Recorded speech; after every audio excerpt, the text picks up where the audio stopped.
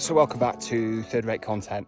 Today we're out in the Shropshire wilds. We're up on the heathland of southwesterly Shropshire, very southwesterly. We're basically on the border with Wales, Montgomeryshire. But we're back at Mitchell's Fold. We've been here last year in 2023, but we've got unfinished business up here because we're going to relate some of the folklore, the key folklore of this region, and we're going to also look for the All Saints Middleton Church, which is just that way. So there is apparently some very interesting carvings if the church is open today. We're going to have a look anyway.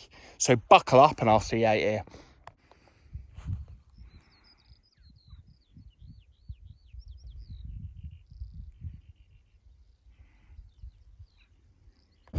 Somebody has had a fire pit here in recent times. They dug down for it.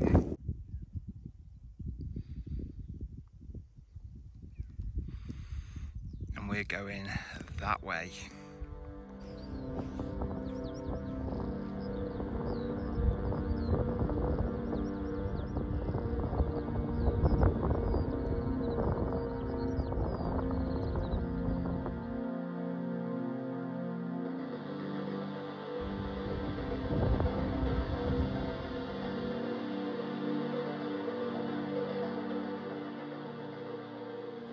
I'm not actually sure what this marker, well, it does show you where relevant footpaths are, which we're going to be following one. But you've got this peculiar sign at the back. I don't know what it was originally for, this way marker, but the sheep have been scratching themselves on it. It's got this really old writing. It's very sunny at the moment, I can't really make that out, but if you can, tell us in the comments if you know what it says.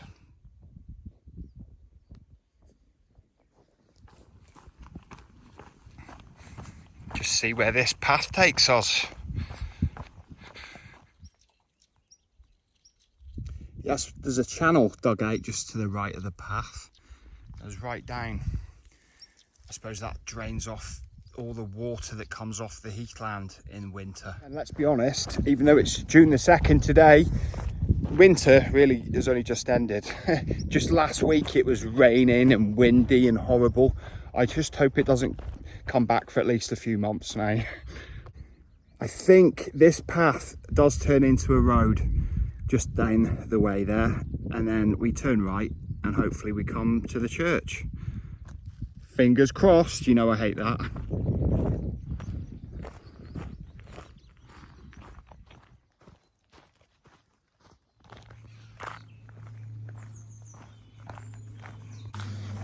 The fairy folk are meant to love foxgloves, according to folklore. Yeah, looks like quarrying has gone on here at some point. Though to be honest, I don't know when. I haven't got the foggiest idea.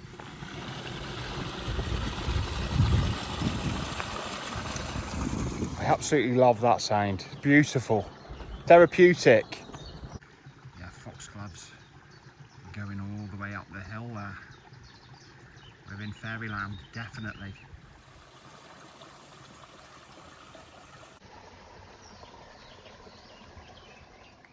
And when you think of the subject matter of today's video, we are walking in and amongst a fairy tale, quite literally.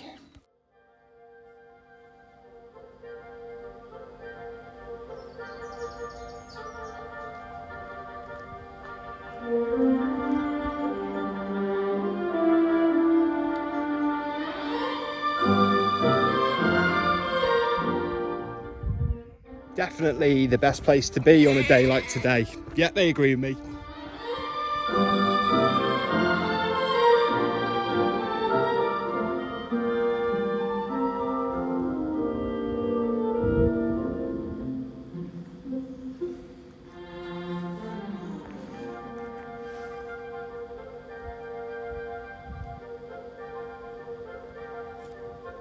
Just looking at the notice board here at the church, look at this, Mitchell's Fold Stone Circle. there is a midsummer service, a Christian midsummer service at the stone circle. You know, not bad attempt at approximation. You know, and nothing's stopping them having a service up there. But let's be honest, the stone circle predates Christianity by thousands and thousands and thousands of years. So yeah, it's approximation, if you ask me. And you've got the preaching cross here. Yeah, and it is a war memorial, First World War.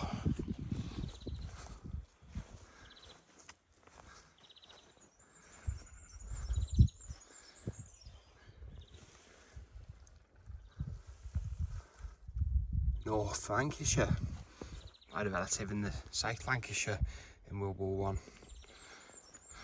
Don't know what it's doing here though. I suppose people from all over the country gave their lives in different regiments in those terrible conflicts.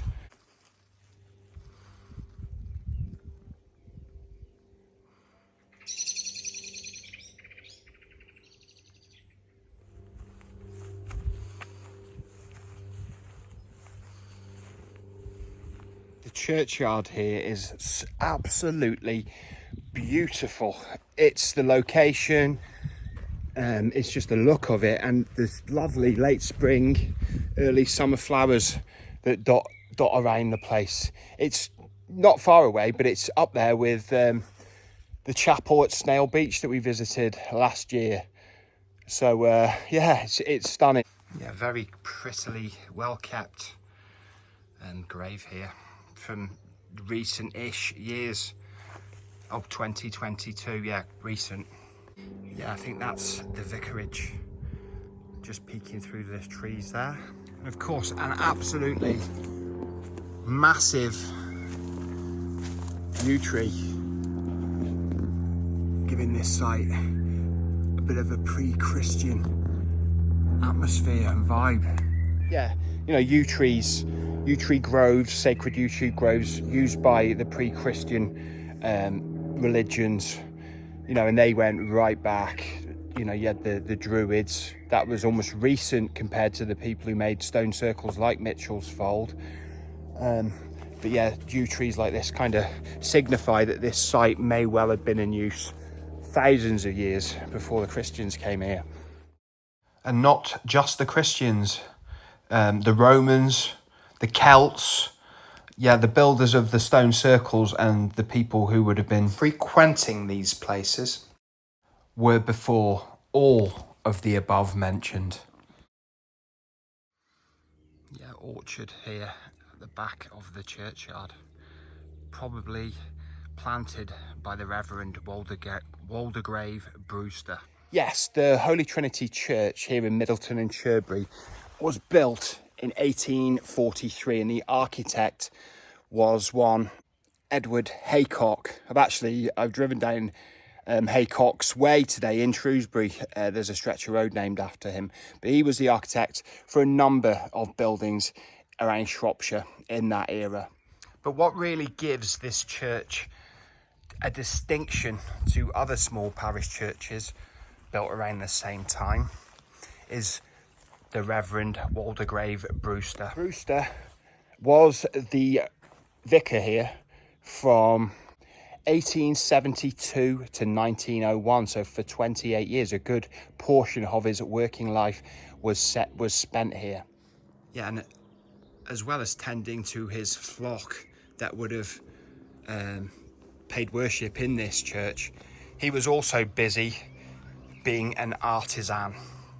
Because the Reverend Brewster was busy in his church, he mustn't have put down his chisels in the whole 28 years he was working here, except for at Christmas and birthdays perhaps, because he carved himself in stone and in timber some amazing images.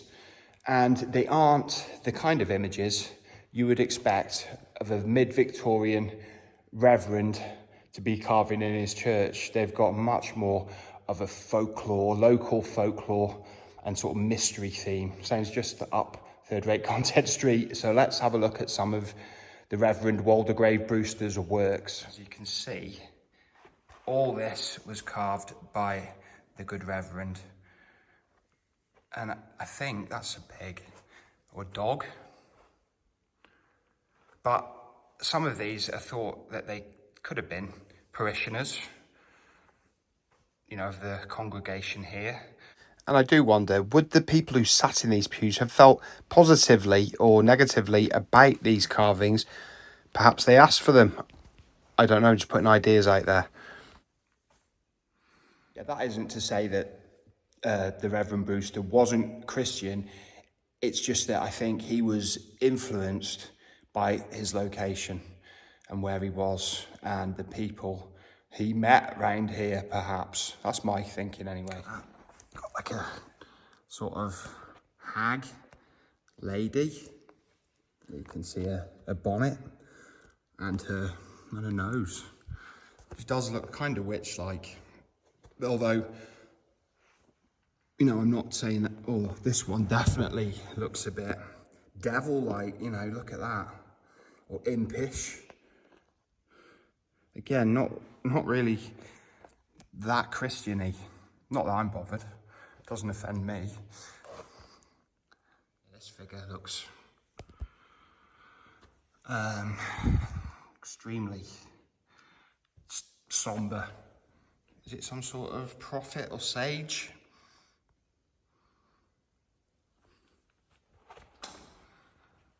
And that one's, look at that. That's a dragon or some sort of mythical creature. Yeah, I'm so glad I come to see these. There's spider's web there. Another grim looking figure. I'm not sure what he is supposed to be, but he's carved both sides.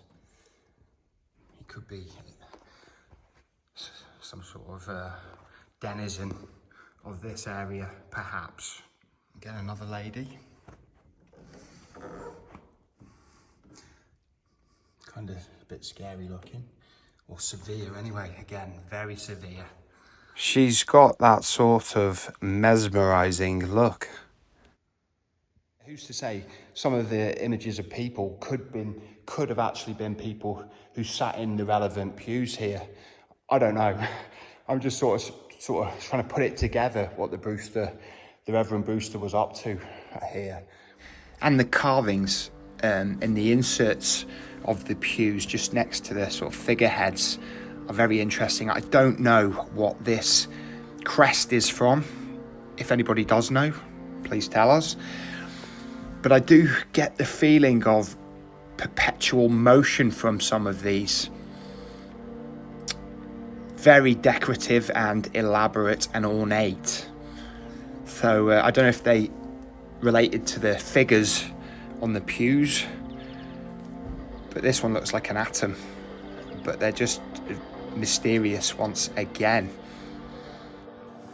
Yeah, and this is the carving in stone up here on sort of one of the arcades of the legend of Mitchell's Fold, which we didn't tell you too much about when we were here last time. Yeah, I think you'll agree the carvings here are very atmospheric and extremely well done, and they're actually chronicling the folklore of Mitchell's Fold. Because, of course, the legend of Mitchell's Fold concerns the witch, who was known as Mitchell, or Medgal, depending on the time that you read it. But the legend was that there was a great famine in this area. And to relieve the famine, the fairies gave a fairy cow to the populace here that they could milk, and that would never be milked dry, you know, unlike mortal cows. But unfortunately, this scheme didn't work 100% well, because as well as it was apparently going, most people were just taking what they needed for them and their family.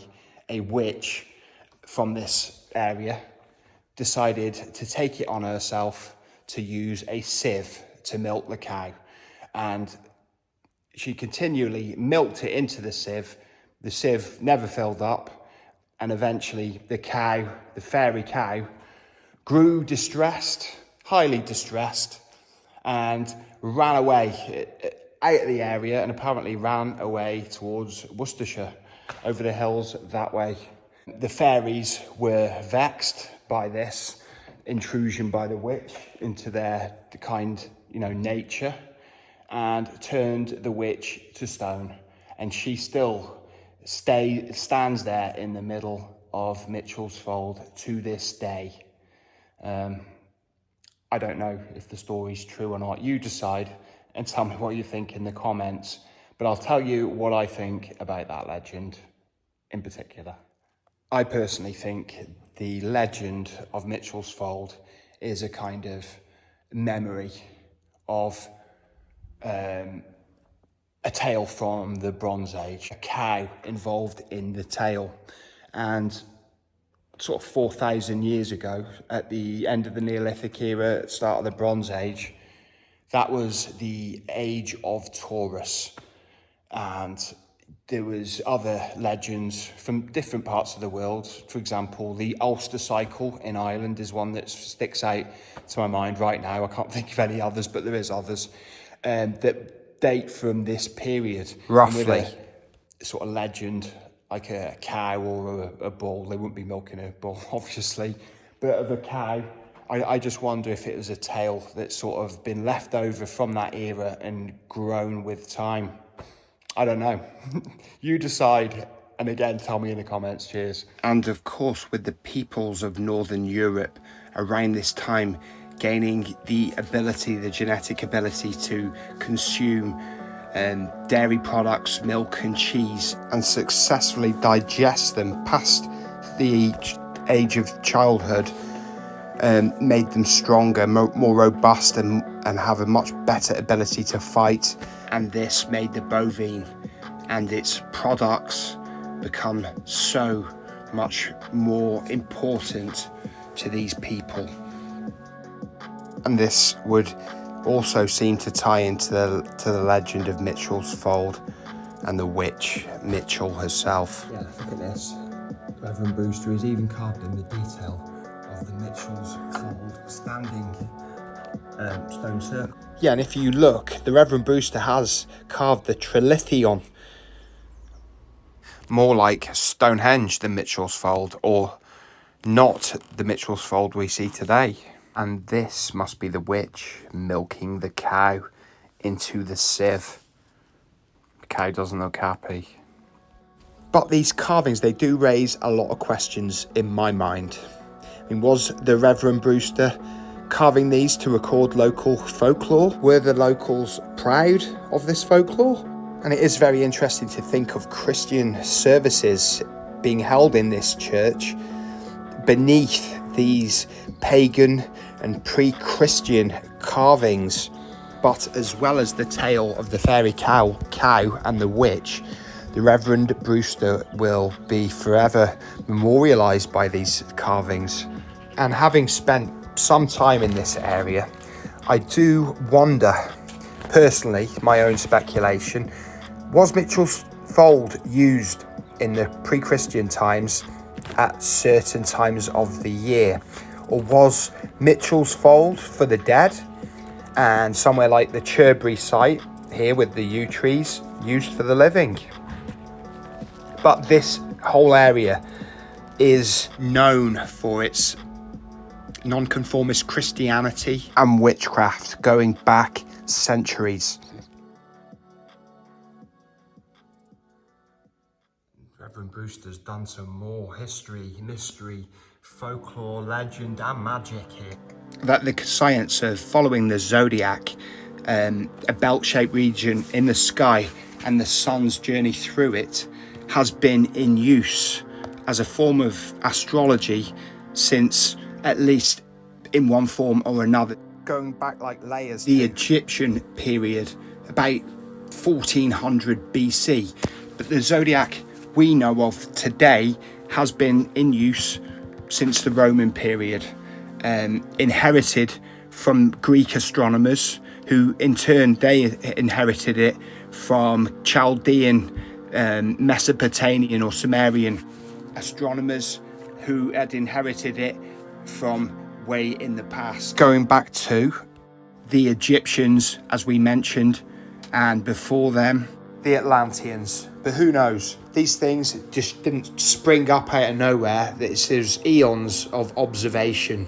But the Zodiac would have been known to Victorians. There was a resurgence in the Zodiac and other occult and esoteric interests in the 1830s. So by the time of the Revered Brewster, it would have been pretty well known. But it doesn't take away from the strangeness and mystery of why is the Zodiac carved in such detail in a church, with once again church services being conducted beneath it. It's very, very interesting.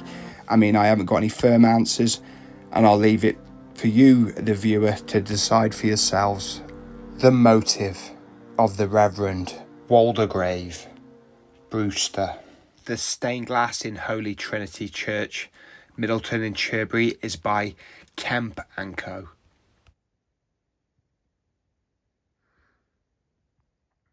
You know, I bet the Sunday afternoon atmosphere in this church feels the same now as it did in the days of the Reverend Waldegrave Brewster, except there may have been more strange dust hanging in the air for many weeks, many months from his occult carvings.